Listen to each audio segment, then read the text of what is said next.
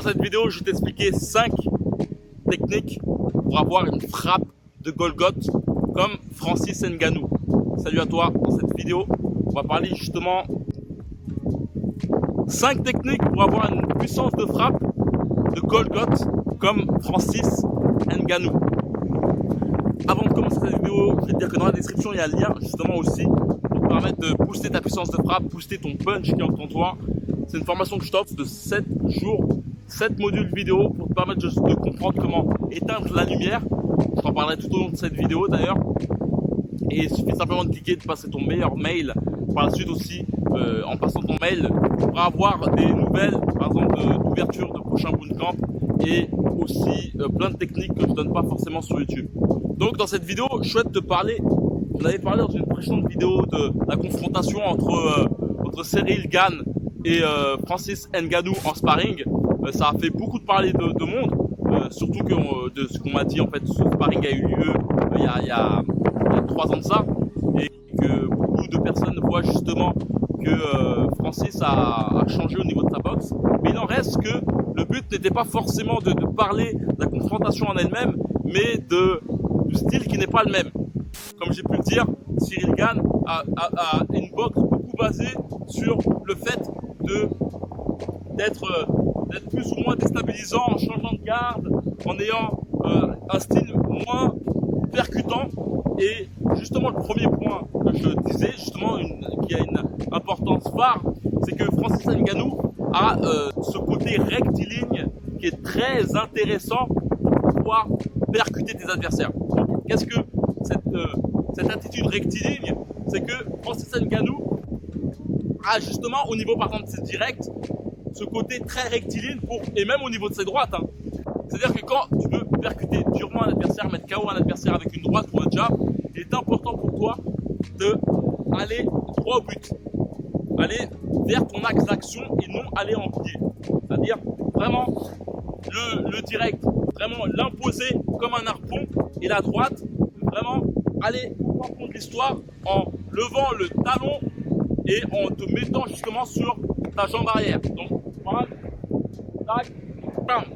C'est ces 2 points très importants qui te permettent de harponner durement ton adversaire. Et on peut le voir que Ciryl Gane, j'ai pas vu forcément beaucoup de combats, lui a une attitude plus flexible. Et Francis a plus un côté brise-glace. C'est-à-dire vraiment aller au fin fond de l'histoire. Un point qu'il faut vraiment mettre dans ta boxe, en tout cas si tu souhaites avoir ce côté harpon, parce que lorsque tu percutes un adversaire en utilisant vraiment ton axe d'action, et si tu as un certain poids, il est très difficile pour lui et surtout le but c'est d'être flexible au début et être dur à l'impact. Lorsque tout ton poids va sur ton adversaire sur une petite zone, il est difficile pour lui de pouvoir justement contrer cela et comme faire face à un mur global. Un deuxième point très intéressant, c'est que je vois un peu Francis Ngannou comme un diamant brut. C'est-à-dire que je le mettrais à côté de boxeurs comme Yuri Kalanga qui ont une boxe très percutante et surtout avec les crochets. Que je m'aperçois, c'est peut-être le côté aussi peut-être génétique aussi, il y a peut-être forcément un côté génétique, mais aussi c'est la capacité à pouvoir justement, d'habitude je conseille justement lorsque tu fais un crochet de mettre ton poing sur le visage pour envoyer ensuite le crochet, mais les boxeurs comme Yuri Kalanga et Francis Ngannou ont plutôt une attitude de mettre justement le poing loin du visage pour ensuite terrasser leur adversaire grâce aux appuis. C'est une chose très importante, j'en parlerai justement vers la fin de la vidéo, c'est vraiment comprendre que ton poids est la première chose qui te permettra de frapper durement ton adversaire. Donc tu peux avoir 2 attitudes, ou avoir tes poings sur le visage pour ensuite mettre par exemple tout ton poids sur la jambe arrière pour frapper, ou avoir cette attitude si justement même au niveau des bras tu as une certaine une résistance, un bon aplomb, et ben avoir plutôt cette attitude de faire la même chose mais en mettant justement ton poing assez loin pour frapper. C'est des trucs que peuvent faire aussi des Deontay Wilder, c'est-à-dire que ça reste dans la même veine, sauf que à la place d'être compact, il y a cette attitude de mettre son poing loin pour frapper. Après c'est très très dangereux parce que lorsque tu fais face par la suite à des boxeurs qui ont, eux, une boxe plus dans la préparation et plus dans le fait d'être rectiligne, et je pense que le primordial, ça serait plutôt d'avoir au départ une attitude basée sur le fait comme un peu à la Mike Tyson, hein, globalement. Mike Tyson était beaucoup comme ça, boum, bam, que justement, hop, hop, bam. C'est vraiment une attitude tout autre.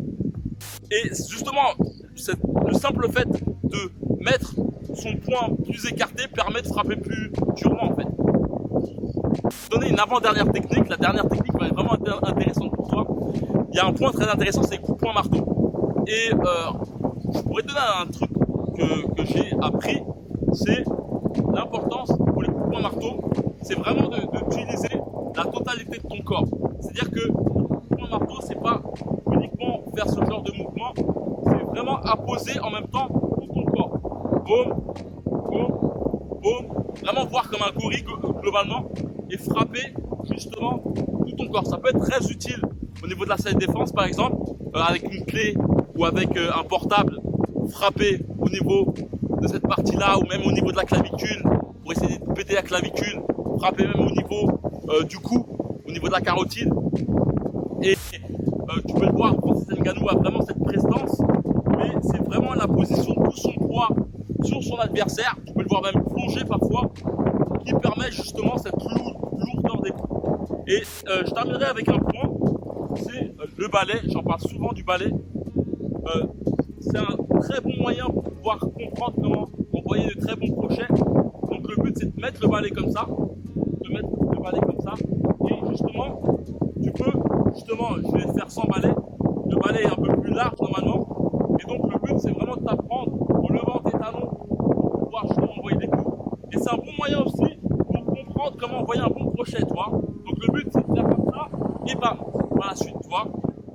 Et ça revient justement au mouvement que peut faire un boxeur qui veut frapper lourdement. Comme je t'ai dit, la différence entre un boxeur de base et le genre de boxeur comme Yuri Kalanga, Francis Ngannou ou Wilder, c'est que je n'ont pas cette attitude à la Mike Tyson d'être très près et d'être frappé comme ça, mais plutôt une attitude de envoyer le coup large et frapper. Je crois bien que j'avais fait un combat, d'ailleurs mon dernier combat de boxe où j'avais une boxe j'avais fait un crochet assez brouillon, assez large, et ça fait très très mal, c'est très percutant, et donc voilà.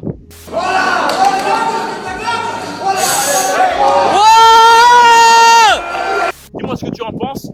Comme j'ai dit dans la description, il y a un lien qui permettra de télécharger une formation pour booster ta puissance de frappe. Si tu souhaites devenir un boxeur plus percutant, c'est dans la description. Voilà, on se retrouve dans les coulisses.